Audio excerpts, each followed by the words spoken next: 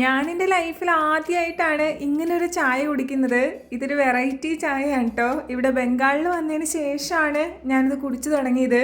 എനിക്കിത് ഇൻട്രൊഡ്യൂസ് ചെയ്ത് തന്നത് എൻ്റെ നെയ്ബർ ആയിട്ടുള്ള മണിപ്പൂരി ഫ്രണ്ട് തന്നെയാണ് കേട്ടോ. അവരുടെ നാട്ടിൽ ഭയങ്കര ഫേമസ് ആയിട്ടുള്ള ഒരു ടീ ആണ്. റൊസെല്ല ഫ്ലവർ വെച്ചിട്ടാണ് ഇത് ഉണ്ടാക്കുന്നത്. നമ്മുടെ നാട്ടിലെ പുളിവെണ്ട എന്നൊക്കെ പറയും. ഞാനിത് കണ്ടിട്ടുണ്ടെങ്കിലും ഇതിൻ്റെ പേര് ഞാനിപ്പോൾ സെർച്ച് ചെയ്ത് നോക്കിയപ്പോഴാണ് കേട്ടോ മനസ്സിലായത്. ആക്ച്വലി ഇതിന് പുളിയാണ്. ശരിക്കും ഇതിൻ്റെ സ്മെല്ല് നമ്മുടെ ഈ കൊടപ്പുള്ളിയുടെ സ്മെല്ലൊക്കെ പോലെയാണ്. ഞാനൊരിക്കൽ ഇങ്ങനെ ഷെയർ ചെയ്തിട്ടുണ്ടായിരുന്നു. നമ്മളിവിടെ ക്വാർട്ടേഴ്സിലുള്ള എല്ലാ മെയിംസാവുമാർ കൂടിയിട്ട് വർത്താനൊക്കെ പറഞ്ഞിരിക്കുമ്പോൾ ഇങ്ങനെ ചായയൊക്കെ കുടിക്കുന്നത്. അപ്പോൾ നമ്മുടെ കട്ടൻ ചായയൊക്കെ പോലെ അവർ എനിക്ക് തരാറുള്ളതാണ് ഈ റൊസെല്ല റെഡ് ടീ.